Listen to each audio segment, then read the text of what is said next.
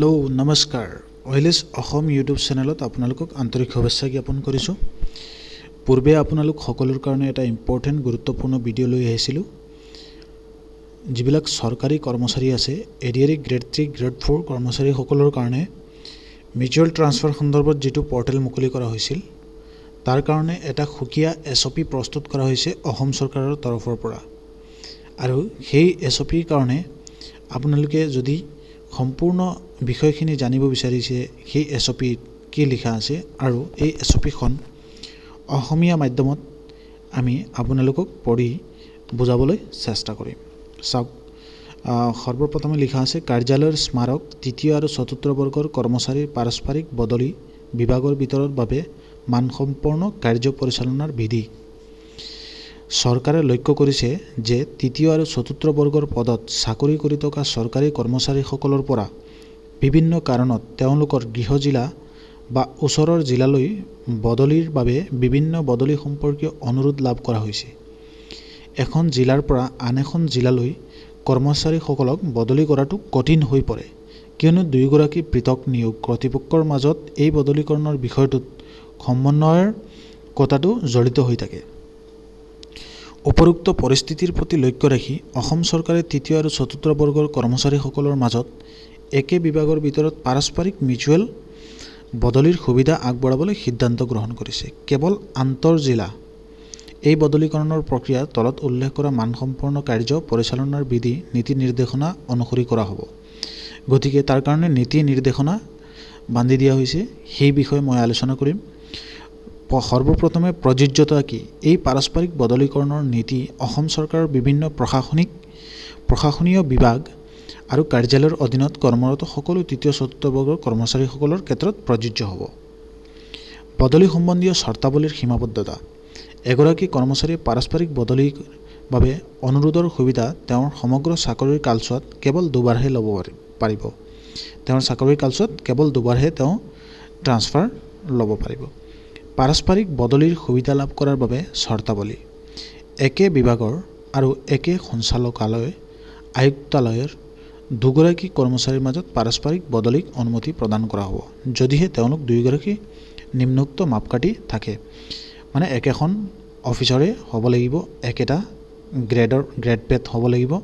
যদি একে সেৱাৰ বিধিৰ অধীনৰ হয় তেনেতে পাৰিব, যদি দুয়োটা পদৰ প্ৰাকৃতি আহৰ্তা একে হয়। পাৰস্পৰিক বদলিৰ ক্ষেত্ৰত নথিপত্ৰৰ হস্তান্তৰ। পাৰস্পৰিক বদলিৰ ক্ষেত্ৰত চৰকাৰী কৰ্মচাৰীৰ তলত দিয়া নথিপত্ৰসমূহ বদলি হোৱাটো নতুন স্থানলৈ স্থানান্তৰ কৰাটো প্ৰয়োজন। সেইটো হ'ল service book, personnel file, ACR, চহীৰ ৰেকৰ্ড, প্ৰয়োজন হ'ব পৰা আন যিকোনো ৰেকৰ্ড। সেইখিনি নথিপত্ৰ হস্তান্তৰৰ প্ৰয়োজন হ'ব যেতিয়া আপোনালোকে ট্ৰান্সফাৰ হ'ব বদলি হোৱাৰ স্থানান্তৰলৈ। জ্যেষ্ঠতা আৰু পদোন্নতিৰ বাবে দাবী। পাৰস্পৰিক বদলিৰ সুবিধা গ্ৰহণ কৰা কৰ্মচাৰীসকলে নতুন কাৰ্যালয়ত জ্যেষ্ঠতা আৰু তাৎক্ষণিক পদোন্নতিৰ বাবে দাবী জনাব নোৱাৰিব। যদি এটা কেডাৰৰ বাবে ৰাজ্যিক পৰ্যায়ৰ জ্যেষ্ঠতা উপলব্ধ নহয়, তেতিয়া পৰৱৰ্তী একেৰাহে থকা নিযুক্তিৰ বৰ্ষৰ ওপৰত একে বৰ্ষৰ কেডাৰ উপলব্ধ হোৱা সাপেক্ষে একেটা নিযুক্তি বৰ্ষৰ তলত স্থান প্ৰদান কৰি নতুন কাৰ্যালয়ত জ্যেষ্ঠতা নিৰ্ধাৰণ কৰা হ'ব। যেনে যদি 2007 বৰ্ষৰ বেটছৰ কৰ্মচাৰী এগৰাকীয়ে বদলিৰ বাবে আবেদন কৰে আৰু যদি নতুনকৈ যোগদান কৰা স্থানত একে নিযুক্তি বৰ্ষ আৰু 2007ৰ কোনো কেডাৰৰ উপলব্ধ নহয়, আগৰ আৰু পিছৰ বেটছৰ নিযুক্তি বৰ্ষ যথাক্ৰমে 2004 আৰু 2009 হয়, তেতিয়াহ'লে 2007 বেটছৰ কৰ্মচাৰীগৰাকীৰ পিছত নিযুক্তি বৰ্ষ 2009ৰ পৰা স্থান প্ৰদান কৰা হ'ব। এইটো অতি গুৰুত্বপূৰ্ণ পদোন্নতিৰ কাৰণে আপোনালোকে এইখিনি ভালকৈ চাই ল'ব। দৰমহাৰ সুবিধা।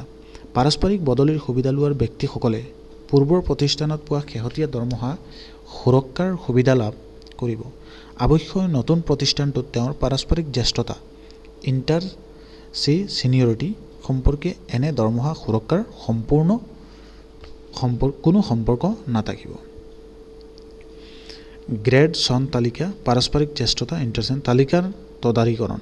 পাৰস্পৰিক বদলিৰ কাৰ্যকৰী হ'লে ভৱিষ্যতে দৰমহা সমতা, জ্যেষ্ঠতা, পদোন্নতি আৰু অন্যান্য সদৃশ বিষয়জনিত দাবী আপত্তি সম্বন্ধীয় বিভ্ৰান্তিৰ এৰাই চলিবলৈ নতুনকৈ যোগদান কৰা কৰ্মচাৰীৰ নামসমূহ তেওঁলোকৰ যোগদানৰ তাৰিখসহ এক মন্তব্যৰ সৈতে চকুত পৰাকৈ উল্লেখ কৰি সংশ্লিষ্ট প্ৰতিষ্ঠানসমূহে নিজে গ্ৰেডেশ্যন তালিকাৰ পাৰস্পৰিক তালিকা উন্নীত কৰিব। অন্যান্য চৰ্তসমূহ ইয়াতে দিয়া আছে, এইখিনি বহুত ইম্পৰ্টেণ্ট। তাৰ কাৰণে 7 দিনৰ বদলিৰ নিৰ্দেশনা জাৰি কৰা তাৰিখৰ পৰা 7 দিনৰ ভিতৰত নিয়ন্ত্ৰণ প্ৰাধিকাৰীয়ে বদলি হোৱা কৰ্মচাৰীগৰাকী মুকলি কৰি দিব লাগিব। যোগদানৰ সময় কৰ্মচাৰীগৰাকীয়ে যোগদান কৰা প্ৰতিষ্ঠানৰ দ্বাৰা নিৰ্ধাৰিত ডিফল্ট যোগদানৰ সময় অনুসৰি বদলি হোৱা কৰ্মচাৰীৰ যোগদানৰ সময় নিৰ্ধাৰণ কৰা হ'ব। বদলিৰ পিছত কৰ্মচাৰীগৰাকীৰ স্থান পৰিৱৰ্তনৰ ক্ষেত্ৰত এই স্থিৰতা প্ৰদান কৰিব। পাৰস্পৰিক বদলিৰ বাবে কোনো TA আৰু DA প্ৰদান কৰা নহ'ব। পাৰস্পৰিক বদলীকৰণৰ অনুমোদনৰ জনোৱাৰ বাবে উপযুক্ত কৰ্তৃপক্ষ। পাৰস্পৰিক বদলীকৰণৰ বিষয়সমূহৰ প্ৰক্ৰিয়াকৰণ অনুমোদনৰ বাবে সঞ্চালকালয় আয়ুক্তালয়ৰ মুৰব্বী বিষয়াগৰাকী তেওঁলোকৰ নিজ অধিকাৰ ক্ষেত্ৰত উপযুক্ত কৰ্তৃপক্ষ হিচাপে বিবেচিত হ'ব। যদি এনে কোনো সঞ্চালকালয় আয়ুক্তালয় উপলব্ধ নহয়, তেতিয়া এনে বিষয়সমূহ অনুমোদনৰ বাবে বিভাগৰ জ্যেষ্ঠতম সচিবগৰাকীয়ে উপযুক্ত প্ৰাধিকাৰী হিচাপে কাম কৰিব। বিভাগসমূহে বদলীকৰণৰ ক্ষেত্ৰত বিধি অনুসৰি আৱশ্যকীয় বিভাগীয় নিৰ্দিষ্ট বাধা নিষেধ আৰোপ কৰিব পাৰিব। আয়ুক্ত সচিব, সাধাৰণ প্ৰশাসন বিভাগ, অসম চৰকাৰ।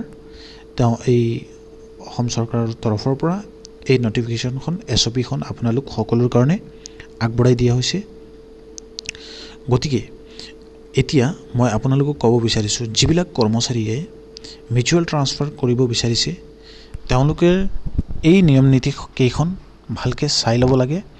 কাৰণ যেতিয়া তেওঁলোকে মিউচুৱেল ট্ৰান্সফাৰ কৰিব তেতিয়া এই যিবিলাক নিয়ম নীতি আছে সেই নিয়ম নীতিখিনি জানিব লাগিব, কাৰণ নহ'লে পিছত গৈ পেলাই তেওঁৰ প্ৰব্লেম হ'ব। ইয়াতে আপোনালোকক বিশেষকৈ কেইটামান বস্তু ইম্পৰ্টেঞ্চ হিচাপে নথিপত্ৰৰ ক্ষেত্ৰত যদি আপোনালোকে চাবলৈ যায় তেতিয়াহ'লে নথিপত্ৰখিনি আপোনালোকে এই পইণ্টছকেইটা ভালকৈ জনা দৰকাৰ।